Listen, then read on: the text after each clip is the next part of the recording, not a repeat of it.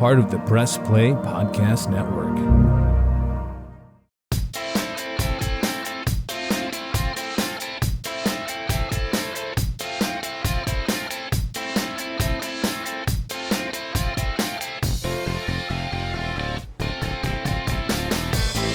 Hi, everyone. Thanks for stopping by to Sable Brothers on the Baseline podcast right here on the Press Play Podcast Networks. Now, I'm John Sable. And I'm Scott Sable. Thanks for joining us. We've got a really cool guest here who's got massive ties to Northeast Ohio. And if you're a fan of football and have been watched football here in probably the last 15 years, you probably know him really well, especially watching football here in the AFC when the Browns would play him. He played 6 years in the NFL with the Jacksonville Jaguars, Houston Texans, and the Tampa Bay Buccaneers, a Cleveland native. Born in Kent, Ohio, and a Collinwood High School alum, as well as a Mount Union University alum as well, who was drafted in the fourth round in the 2011 draft by the Jaguars. A two-sport athlete in college, football and track with the Purple Raiders over in Alliance at Mount Union.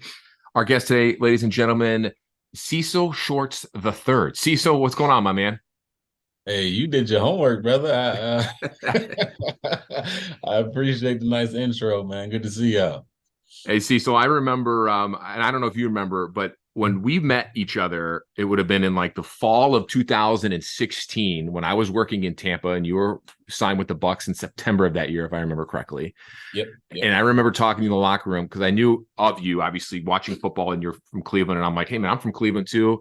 You know, I remember when you're at Mount Union and we were reminiscing and you were always talking about, you knew all about like Fox 8. This was before I worked there. My brother still worked there. Friday Night Touchdown. You mentioned our colleague at Fox 8, John Tellage, who covered you. Yeah. And it was a great time always for me to see someone from Cleveland down there in Tampa that had ties there that played for the Buccaneers. Was a pretty cool moment. Yeah, man. It's I think it's anytime you meet someone from the same area as you, it's kind of like that connection, right? It's kind of this understand each other. You got the same background. You understand, like, okay, if you're from Cleveland, you're a blue collar type of guy.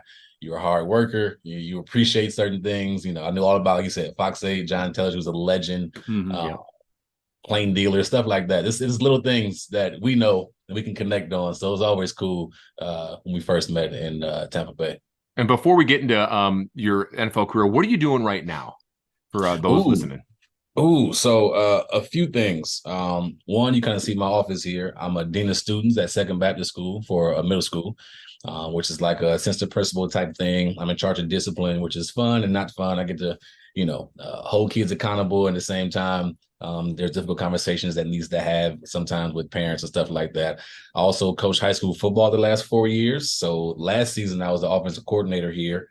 3 seasons before that, I was the receiver coach here. This year, I took a year off, kind of just to be with my family. My wife and I have 7 kids, and my son's in the 7th grade now. So I coach middle school football this year, which is a lot of fun. Get to coach him. He's a quarterback, so that was a blast. And I do some other middle school sports, like middle school softball and middle school girls basketball, because again, I'm a dean of students, so that's a good way to me to get to know the kids. It's a good way for me to know the boys, because we got a bunch of boys that play football. Like 70 boys came out, 7th to 8th grade, had a good season, won a championship. And then on the girls' side of things, I get to talk to, interact with the softball and the basketball girls and build that relationship. So when I do have to discipline them or hold them accountable, they know it's coming from a place of love and not just I'm trying to be mean or whatever the case may be. So busy. Oh, and on top of that, I almost forgot. I do some stuff with the Texans. So I'm the in-game host for the Houston Texans. So all the entertainment you see on field during the halftime and timeouts, I'm on the field hosting, having fun with the fans. It's kind of a cool way for me to still be in the community, still interact with fans in a different way, still be close to the field, on the field. So it's pretty cool. A lot of hosting events around Houston. So I'm definitely staying busy. Do a little bit of radio, sports radio here and there. So I got 7 kids. I'm always busy, but I try to stay busy with the work life too. Yeah, we're my brother and I mean, I'm the oldest. We have 3 sisters and my brother. So we have 5 siblings. So we kind of sort of get it from from inside the bubble. So you work with middle school kids. How is that? I mean, that can be a little bit of a challenge. You go from playing professional football and then you do all your outside stuff, and now you got middle school kids that are you're trying to mold them. Talk about the challenges with that. You know what? You have to love middle school kids to do it. Because they call it like the messy middle, where kids are trying to figure out who they are. They're trying different things. They're curious. They're growing up. They're maturing. They're going through these weird stages of life. So it's difficult at times, but I love it. I honestly love it. The opportunities you get to help mentor, to help come alongside the parents really, and help kind of parent the children and be there for their child, because we're around their children 8 hours a day during the week and during the school time. So we're around their child a lot. So to be a positive influence, to coach the kids and get to know the kids, for me, it falls right in the category of what I want to do, and just be a good mentor, and kind of it's my way of giving back to the community I'm in. So is it the messy middle at times? Absolutely. Does it get on my nerves sometimes? Yes. But I love it, and it's worth it at the end of the day. That's good to hear, man. Always, every athlete we talk to on our podcast, the big thing for them now in their post-playing career and enjoying retirement and raising families is giving back to the community. So it's always refreshing to hear that. And you're certainly doing that down there in Houston. Cecil, let's go back to your Mount Union days. Anybody that knows Ohio football knows the powerhouse that Mount Union is in the Division III level. Yeah. You went there, 4 years, 3-time All-American in football. You're All-American in track too. What was it like playing for Mount Union and winning a national championship there? You know what? It's special. And I think I took it for granted, because it's not rare that, so I was there 5 years. I redshirted my freshman year, and every single year I was there, we went to the national championship. Like every single year I was there, we won at least 14 games. We either 14-1 or 15-0. Like there was no other time, right? We expected to be there every year. We expected to win a national championship every single year. And it wasn't like that for me in high school. It wasn't like that for me in Little League football. It wasn't like that for me in any other sport, right? And when I got in the league, I went to a team and we weren't very good. Jacksonville for 4 years. I think we won 11 games in my 4 years there, right? But it made me realize, hey, what we did was special. Like what Mount Union has going, even before I got there, and even after I got there, what they do there is special. So I don't think I realized how special it was, how meaningful it was. And I kind of give credit to really the head man in charge, who's kind of passed it down now, but Larry Karras. He does a great job of putting us in positions to succeed as players, helping us as young men, really holding us accountable, being there for us, making sure we go to class, making sure we on top of our playbook and lifting and et cetera. But what he has done, I mean, he coached, 25 plus years maybe in under 25 losses. I guess it's unbelievable the stuff he was able to do. You know what I mean? Of course, he's a College Football Hall of Fame. He's still the athletic director there, still helps out. But what he is able to do was special. And I learned a lot from him there. I was blessed to be able to be under some crazy experienced coaches. The head coach of Iowa State, Matt Campbell, he's a Mount Union alum and was the offensive coordinator there my freshman year. Jason Candle, the head coach of the University of Toledo, was the receiver coach and eventually became the offensive coordinator when I was there. And he left me to go to Toledo, by the way. There's multiple other coaches there that are current coaches in the NFL. Tom Manning was a tight ends coach for the Colts right now. He was the offensive line coach my freshman year, went to Iowa State, went to Toledo. There's so many coaches I can name that are doing well at that level. So we were coached well. We were prepared. And I didn't realize how special that was till I got older, right? Mm-hmm. But it's a special place, man, Mount Union. And I didn't necessarily want to go there. Of course, you got dreams of going Division I. You got dreams of playing at the highest levels. And that time didn't come for me. I'm like, I had some D2 situations I could have went to where they wanted me to switch positions, or the school wasn't that good in football. And in December of my senior year, I think 2005, I graduated 2006. My dad and I watched Mount Union on TV, and a guy named Pierre Garçon, who ended up getting drafted 6th round and had like a 12-year NFL career. He caught a pass, was running down the sideline and like dove in the end zone. I'm like, hey, who is this team? And they're good. My dad knows everything. He's a football junkie. He knows everything Ohio. He knows everything football. He's just a sports junkie. He broke it down to me like, hey, if we get a chance to go there, that's a big deal. Mm-hmm. It was D3, but that's a really big deal. And I was able to make history there. Like I was there with at one point, he was the all-time leading rusher in all of college football, named Nate Kamick. I was there with it was just amazing, man. Like my time there was special, and what they had built there is extremely special. So I'm grateful, man, for the opportunity. I don't know if I answered your question. I was just talking. No, man, you did. That's Absolutely. perfect. That's perfect. So you're drafted by Jacksonville in the 4th round. You played with Pierre Garçon, and he was drafted by the Colts. How much did him getting drafted affect you? When you saw that, you kind of went into that a little bit, but I'm sure that just kind of lit the fire. Yes. So the NFL is a copycat league, right? If they see one person get drafted from a school and it's working out, they're going to try to do the same thing. If they see one formation working, or for example, the Wildcat was hot with the Miami Dolphins and Ronnie Brown, old running back from Auburn, and then a couple other teams tried to do it, right? It's a copycat league. They're always trying to find the next guy, the next step above somebody. So when Pierre got drafted, number one, it opened my eyes like, whoa, you can be from a Division III school and get an opportunity. Number two, I think his second year in the league, he really took off. So he played with Peyton Manning, Marvin Harrison, Reggie Wayne, and they went to the Super Bowl, I think, that year. And he had somewhere, and that was towards the end of Reggie and Marvin's career. So that was where Anthony Gonzalez and Pierre Garçon were kind of stepping up and taking that role. Like, hey, we can make plays. So Pierre had like 800 yards that year, really good year, making plays everywhere. And they were like, okay, who is this kid? Where's he from? And I happened at Mount Union breaking all of Pierre's records and chasing after him. That was kind of my goal. Like, hey, if he can make it, okay, I can make it, but I had to put the work in. And my dad always said, they'll find you if you dominate your level. You can't just be good. You can't just be all conference. You have to prove you don't belong each and every Saturday. Mm-hmm. So that was kind of my goal from my redshirt, I guess sophomore year, junior year, and senior year, was really just to take off and chase him. So once he started making plays and getting attention, then all of a sudden scouts start showing up. Then all of a sudden agents start finding me on MySpace back then, and Facebook, and talking to my dad. So his success is the reason I even got looked at. So I honestly give a lot of credit to him because he excelled and was doing well, had an awesome career.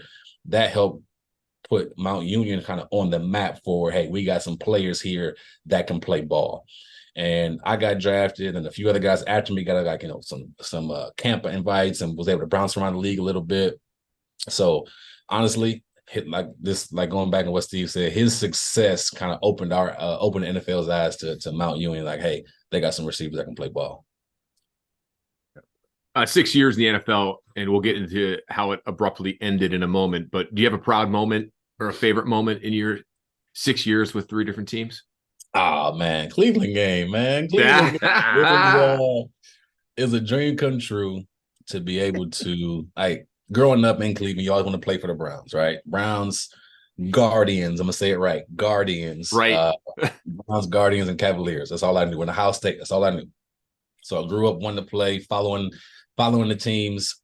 So to be able to come home, I think it was in 2013 or 2014, I don't know which one it was, and have the game-winning catch on your home team and on your home city. You wait, Cecil, you mean this catch right here? He's got Henny going for 6. He's got Shorts. That is a touchdown. What a throw by Henny. And what a terrific catch by Shorts. And the Jaguars, after the 20-yard touchdown pass, are on top. And they beat Joe Hayden, the Cleveland Browns' best defender, on the one route you could ill afford to give up if you're Joe Hayden, and that's the double move. That was special. You mean man. that play? Yes, sir. Yes, sir. That was probably my most memorable moment as a pro, man. Like to go back home, Mount Union people were there, family, friends were there. That was a special moment for sure. Yeah, I remember watching that game. It's crazy. That's what 10 years ago. Already. I can't believe that. We're getting old. No, the best part though. So like, and you guys know, like in Cleveland in high school, if you do well, you get like plain dealer player of the week, right? Sure. Or you're in the newspaper. Newspapers were big back in that time. So my dad sent me a picture the next day, and a plain dealer on the front of it says "hometown villain" with me catching the ball over Joe Hayden. I'm like, oh, it was crazy. So it's a surreal moment for sure. I know you're a fan of the Browns, all things Cleveland and Ohio State, but why didn't the Browns ever try to sign you or draft you? Did you hear anything back then that might have, maybe they had an inkling of signing you, or why not? I mean, there were so many. I did hear some. I remember going into free agency, right before free agency started, they were like, hey, the Browns could be interested. And my agent was like, hey, Cecil would love to play for the Browns, boom, boom, boom. But they just, after that one conversation, they never really got back in touch with my agent or whatnot. And I don't know if I really wanted to play for the Browns at that point in time. I don't think Browns fans would blame you. They were a dumpster fire there. Yes, they had been for a while. Man, so like honestly, I always will and always have followed the Browns when I was playing and I wasn't. So I was in tune to everything that was going on and kind of on the inside of things now because I was in the league. And it's like, that's not a place you really want to be. Would it be cool? Absolutely. Would it be fun? Absolutely. But I think after my time in Jacksonville, it's like I wanted some stability. In Jacksonville, I had 3 head coaches in 4 years. I had 2 GMs in 4 years, 3 offensive coordinators in 4 years. I wanted some stability. I wanted to go somewhere that somebody that wanted me, but at the same time, give me a chance to win and have some stability. You can't win having 2 GMs and 2 owners and different OC every other year and a different head coach every other year. Like my first 3 years was Jack Del Rio, Mike Mularkey, and then Gus Bradley. So 3 head coaches in 3 years. That's not gonna work. Like you can't win that way, right? Yeah. You need some type of stability. So I don't know if I honestly wanted. I would have thought about it for sure. It'd have been awesome. But at that point in time, it's different now. I love what they're doing now. Yeah. But from a business standpoint, that point in time, I don't know if I really wanted to be in that building.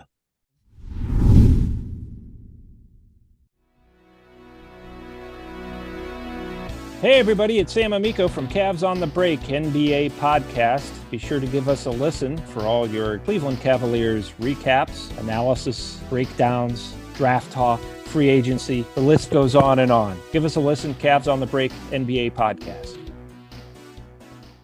What's up, everyone? I'm Holly Wetzel. And I'm Tybus Powell. And we are your hosts of The Orange is Oranger, a Cleveland Browns podcast on the Press Play Podcast Network. We give you all the dog pound coverage that you'll need to get you through the regular season, hopeful postseason, and I'd say off-season, Tybus, but is there really ever an off-season for this team? Thankfully for our podcast, Holly, there really never is when it comes to the Cleveland Browns. Don't miss our breakdown of each week's matchup, game recaps, and any and all news out of Berea to feed your Browns appetite. As we know, Holly, dogs gotta eat. Yes, they do. So hit that subscribe button and never miss an episode of the Orange is Oranger, Cleveland Browns podcast on the Press Play Podcast Network.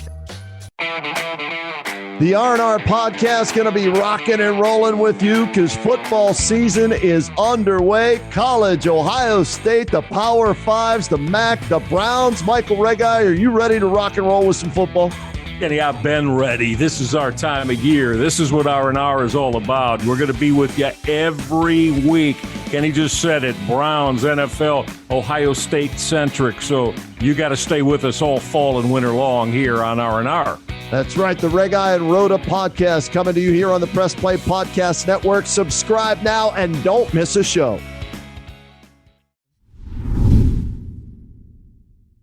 Well, you wanted stability in your last year heading into the 2016 season. I remember covering the Buccaneers in Tampa. They signed you in September, and you play, I think, maybe 6 or 7 games. And then I remember this, watching it like it was yesterday, Cecil. And I know I don't mean to bring up old wounds here, but walk me through that final game, which ended up being your final game of your career, I believe, in San Diego. Correct me if I'm wrong, right?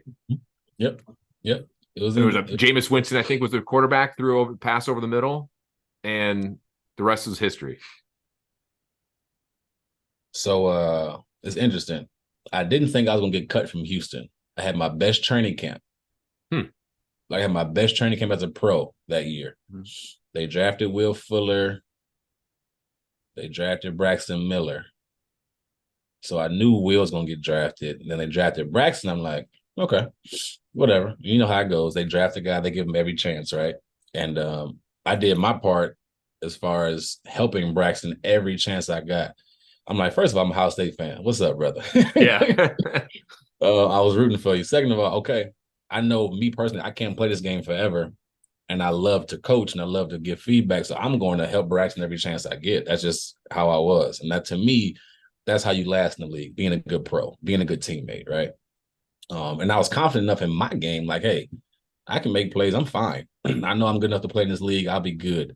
But I was very surprised. I got cut. I was actually at a wedding, my best friend's wedding. I was the best man in that wedding. And that morning of the wedding, I wasn't even in town. Cuts were already made. I got cut. So I was a late cut.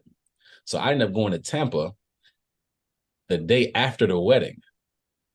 And then I flew out there from Columbus, Ohio to Tampa, tried out. And they were like, yeah, we were going to sign you, but we just want to make sure you were in shape. So I from Columbus to Tampa and then never left. So I'm like, okay. I had to learn the system, learn everything. And I was just starting to get in the groove with the offense, with the quarterback. I knew the head coach. Help me with the head coach's name. He was my offensive coordinator. Dirk Cutter? Dirk Cutter. He was my offensive coordinator my first year in Jacksonville. Yep. So we were familiar with each other. So he was like, hey, we're looking for a fourth guy. We're looking for a fourth or fifth receiver, somebody we can rely on, somebody returning kicks every now and then. I'm like, cool, I can be that guy. I can be a pro. Like, that's my goal. 10 years, I can be a pro. Yeah, because they had Mike Evans. Yep. The late Vincent Jackson. Oh, yeah. And then I can't remember who the third wide receiver was. It was kind of a shuffling. Adam Humphries. Adam Humphries. Yes, you're right. Adam Humphries was there. Yep. Cameron Brate was the tight end. Brate was a tight end. They had Russell Shepard, but he was like a more of a special teams guy. Yep. So they were like, we need a fourth or fifth guy. I'm like, okay, I can play that role. And then I think the Chiefs game, I had like 5 or 6 catches for around 50, 60 yards, starting to get the groove. Another game, I think was it Bears or somebody had a decent game. I'm like, okay, I'm starting to get in the groove. A home game. I remember that. Yep. Yeah. And then we go to San Diego, like you said. It's my first start. So I kind of earned my right to start that week. Vincent Jackson was out. He tore his ACL. Remember that? He actually played a whole game in Carolina Monday night with a torn ACL. I remember that. Yep. Yeah. And he ended up stepping away. He walked off the field, played the game. Next day, like, he has a torn ACL. I'm like, oh, wow, that's a tough dude. So I kind of earned my starting spot a few weeks later. And I'll never forget, it's 3rd and 15 in San Diego. And it's man coverage. So it's a safety in the middle of the field. And then there's a cornerback playing kind of outside leverage on me. So I jab outside. He's pressing. I jab outside and I get vertical. And I get to the top of the route. It's a 15-yard in because it was like 3rd and 14 or whatever. And I jab outside. He goes for it. So I'm running inside of my route. And I'm thinking, oh, man, throw it. I'm open. I'm like, throw it. It's my first start with Tampa. I'm about to catch this thing and go to the house. It's going to be a big play. And as soon as I laid my hands on the ball, the middle of the field safety, who I didn't feel or see, came and took my knee out, and I flipped. And I landed down, and I actually caught the ball. I don't know how I hung on to the ball. Yeah, you caught it. I remember. It was a first down, and I tried to get up, and I couldn't, but I didn't feel no pain. So I kind of just waved over to the sideline, but they were already running. And they kind of flipped me over and started messing with my knee. And they're kind of jacking with my knee, like just moving it around. And I'm like, hey, can y'all stop that? It kind of hurts. It doesn't hurt until y'all move it around. And they kind of ignored me. And I said, hey, can y'all stop that? It hurts when y'all move it. And they were like, hey, your knee is dislocated. So we're trying to pop it back into place. I said, oh, okay. So I kind of laid back down. I'm like, okay. But at that point in time, I didn't know what that meant. So in my mind, I'm thinking, okay, dislocated knee. I dislocated my shoulder last year in Houston, only missed 1 game. I'll be back in a week or 2, right? Not understanding that when you dislocate your knee, you tear everything in your knee. Oh. So I didn't realize that till much later. So I get up on, they're playing with my knee still, and the doctor gives one last hoof, right? Trying to pop my knee back in place. And I didn't know at the time. And I kind of like, but my body's like in shock. So the doctor eventually told me that one last hoof popped your knee back in place, but it probably took everything out. And I didn't know that at the time. So literally after that, both teams come on the field and I felt the love. I'm like, this is awesome. Like, I appreciate y'all. I've been trying to work hard and earn respect and just go from there. But that play changed my life. that play sadly ended my career. Yeah. 7 surgeries later. 7 surgeries, man. 7 surgeries later, I got cleared. This is 2023. I think I was cleared in 2021 or 2021 to kind of do everything normal. And even though your knee will never be normal, right? Right. Eventually, I have to get a knee, a constructive knee surgery, or reconstructive knee surgery. So I was in and out of surgeries. So I was stuck in California for about just under a month, living with my agent, who was outstanding, living with his family, but I couldn't move. I was stuck on the couch. I literally slept with my knee in the air. They couldn't do nothing. They didn't want me to move my knee. And then they staged my surgery. So my first surgery was in California. They were scared of me to leave California because of, I guess, something in the air, the flight, pressure. Whatever. So my wife flew into town, and I was 2 or 3 centimeters away from getting my leg amputated. And I didn't know that. They didn't tell me that till years later. But I was 2 or 3 centimeters away from getting my leg amputated. So I was stuck. That was one of the reasons I was stuck in California. They wouldn't let me move my knee. And I had to ride in the back of a car to get to Orange County from San Diego, live with my agent. And I got my first surgery with Dr. Elitrash in LA. So any travel I did was just crazy harmful. It was just so much pain, so much medicine I'm on, so much pain. And then my first surgery happens. I go home to Houston. And then from there, it was surgery, rehab, surgery, rehab, surgery, rehab. And after every rehab session, I feel like, okay, I'm getting better. I can bend my knee. Another surgery comes and I lose all my strength. I lose everything. And you start that rehab process. Yeah, to reset your whole body. And it was terrible. It was some of the worst times of my life. But I grew in that time. I grew in that time. I think I'm a better man because of that time, but it was just, it's hard to think about, if I'm honest. Yeah. It's hard to realize, you go through that many surgeries and rehab over and over again. And it was one point I couldn't bend my knee. Like my knee was stuck straight. And the doctor's trying to jump on it and bend it. Therapist trying to jump on it and bend it. It was 2 gentlemen jumping on my knee, trying to bend it. And my knee would not bend. That's how much scar tissue was up on it. So they had to go in and cut all that scar tissue out. And then every day I had to bend my knee. And I was in tears. I was in tears, how painful it was. Some of the rehab we had to do. And I did rehab with some guys, man. I did rehab with Earl Thomas and some other Case Keenum. There's some really good guys that kind of helped me get through. But it was a tough period, man. Yeah. It was a tough period. You already talked about the physical transition with your knee issues. Just how about the other, the personal transition coming out of the NFL and getting into what we call the real world? I mean, you're great now, but you're having a lot of success. Was there a time there where you're like, okay, what do I do and how do I make this transition, or was it easy for you? No, I was lost. And I think this is a topic that not enough people are talking about. Football in particular, but of course, any professional sports athlete, but football in particular, it's a tough transition to go from being catered to. You have everything that you can ever possibly want. You're structured. You have this lifestyle, and then boom, all of a sudden, you don't. All of a sudden, it's over. Now you have to figure out who you are, right? And it's tough to balance.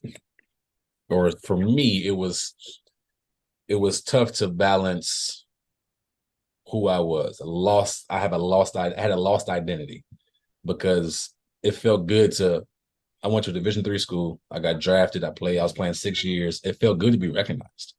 Like, it felt good to have somebody, be appreciated. You felt appreciated. I felt like an underdog my whole life. I felt like I had to grind and work, and I worked so hard, and I finally feel appreciated. So I loved the love that I was getting, and it was addictive. So to lose that and to look at myself as only a football player, and I realized what else can I do? What else can I be? It was a struggle, and it was a struggle for a long period of time. Had to get a therapist. Had to really dive deep into who I am. I had to really dive deep into my Christianity. I had to really dive deep into who I was as a man, as a father, as a son, as a friend.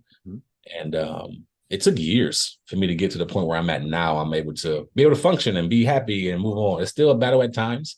But it's hard mentally, that transition to go from being catered to being the guy, to being you're popular, to now you're done. Who are you really? Now I don't have football. What do I do? Now, you're not going to make $300,000 a week or whatever it is right now. How are you going to provide for your family, right? It was just difficult. It was difficult, and I don't think it's talked about enough. I think transition's hard in general, no matter who you are. But when you're at the highest of your particular profession, and then now that's taken away from you and you're 29, 28 years old, what do you do?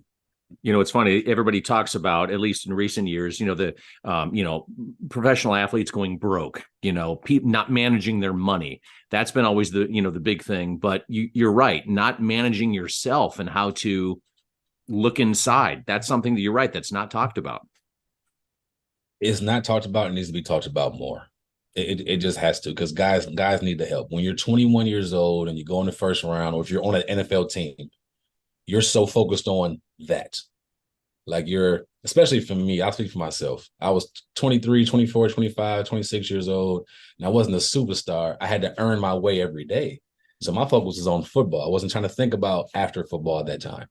I wasn't trying to think about setting up other plans or setting up life after football. I'm focused on what the task is at hand, because I had to be focused on that, right? That may be different nowadays, because now they're kind of promoting more. Hey, you can do more with, LeBron James, you're more than an athlete, or whatever the case may be, right? You see more athletes stepping out into different realms and doing things while they're playing.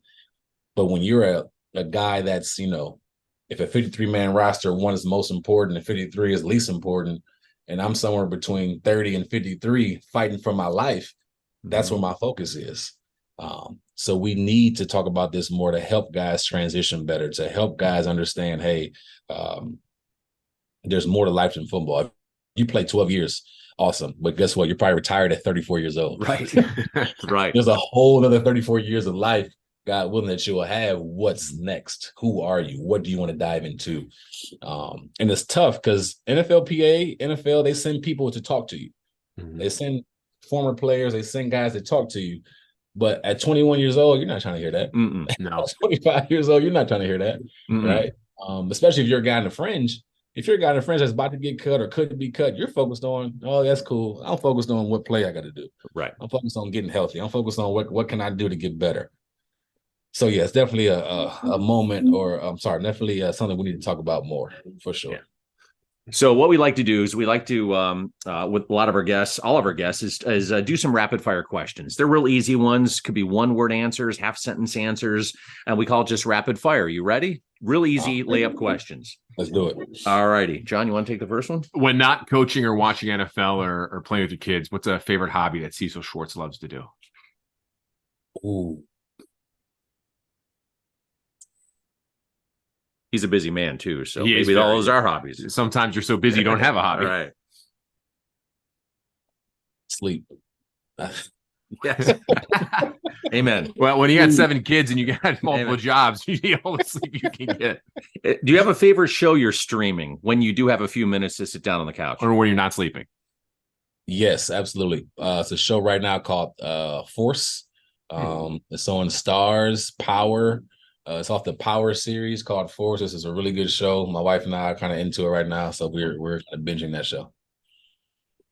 Favorite NFL stadium and city you like to play in? So a 2-parter there.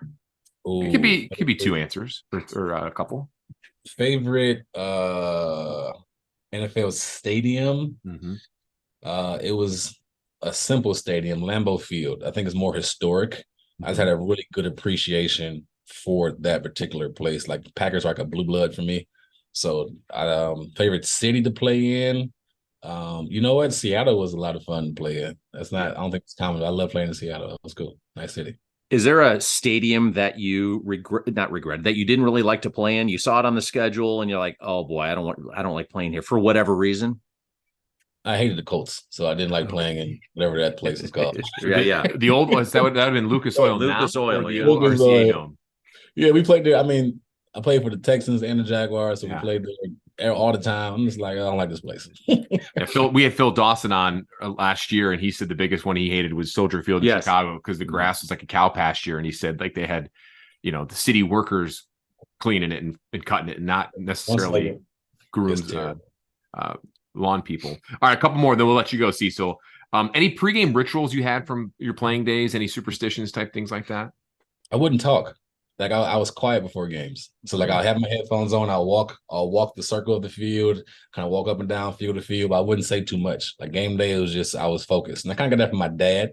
In high school, he wouldn't let us talk going to the game, probably because we were knuckleheads. Well, but yeah, I wouldn't talk. I'd just listen to my music and get focused. greatest player you played with, or greatest player you played against that you look back and is at the top of your list? Ooh, I played with a few great players: Maurice Jones-Drew, DeAndre Hopkins, Mike Evans, Darrell Smith, Brad Meester. It was some really good players I played with. And then what was the other question? Played against. My rookie year, I played against Ray Lewis and Ed Reed. That was unbelievable. They were older, but it was unbelievable the plays they were still able to make and how intimidating they were just on the field. Wow, I can't imagine. When you're back home here in Cleveland visiting family, friends, where are some places you like to go out to eat?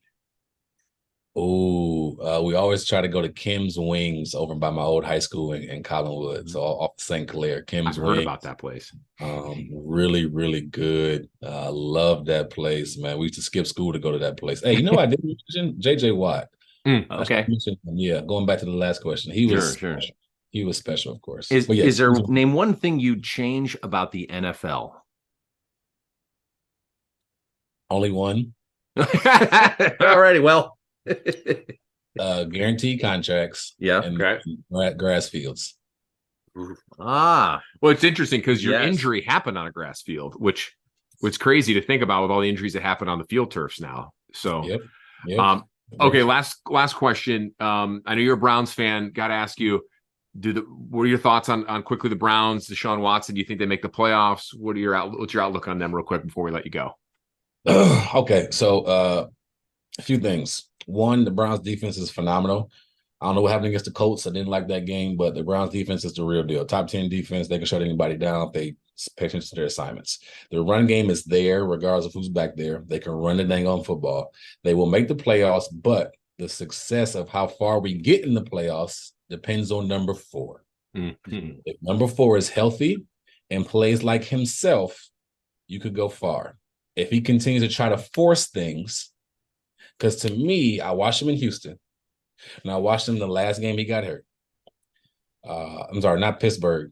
Not the Saints game. The Saints game before that, I think it was Indianapolis. Mm-hmm. He was forcing things. He was trying to force getting out the pocket and throw it downfield. No, just be yourself. Take what the defense gives you. You don't got to do nothing, but don't turn the ball over. If you don't turn the ball over and you find Amari Cooper down the field and you run the ball well, the defense will hold the opponents to under whatever many points, but you got to help them out by not having turnovers. So you're giving this man $230 million.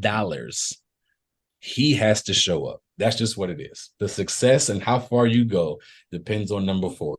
Can he live up to the money? Can he live up to who he's supposed to be? And we'll see. Yeah, I'm not sure he'll be 100% the rest of the year, Cecil. So we may have to wait till next year for that, unfortunately. Don't tell me that. I know. Such is life as a Browns fan, right? Cecil, it has been a tremendous pleasure talking to you about all sorts of stuff, football, life, all these things. And you mentioned things that, that should be talked about more. We thank you so much for joining us here on our podcast. And, we hope to talk to you soon. And, don't be a stranger. We'd love to kind of catch up with you later on down the line, talk about family and talk about how you're doing and how everybody's doing here in the next, months and years ahead. Well, I'm very grateful. I appreciate y'all. And please, anytime, man. I know we're both busy. Y'all got a crazy schedule. I got a crazy schedule. But anytime we can make it work, I'm all in. You got it. You can follow Cecil Shorts on Twitter or X now, I guess, at C Shorts. 3. I guess that would be the Roman numerals. 111. Right. Whatever. Yeah. Thanks so much, Cecil, for stopping by here on Sable Brothers on the Baseline Podcast right here on the Press Play Podcast Network. Remember, follow the pod at Sable Brothers. Subscribe. That helps out the algorithm, helps out the pod quite a bit. You can follow yours truly at John_Sable. And you can follow me at Scott Sable FOX8 on Twitter or X. Thanks so much for tuning in, everyone. We'll check you guys next time.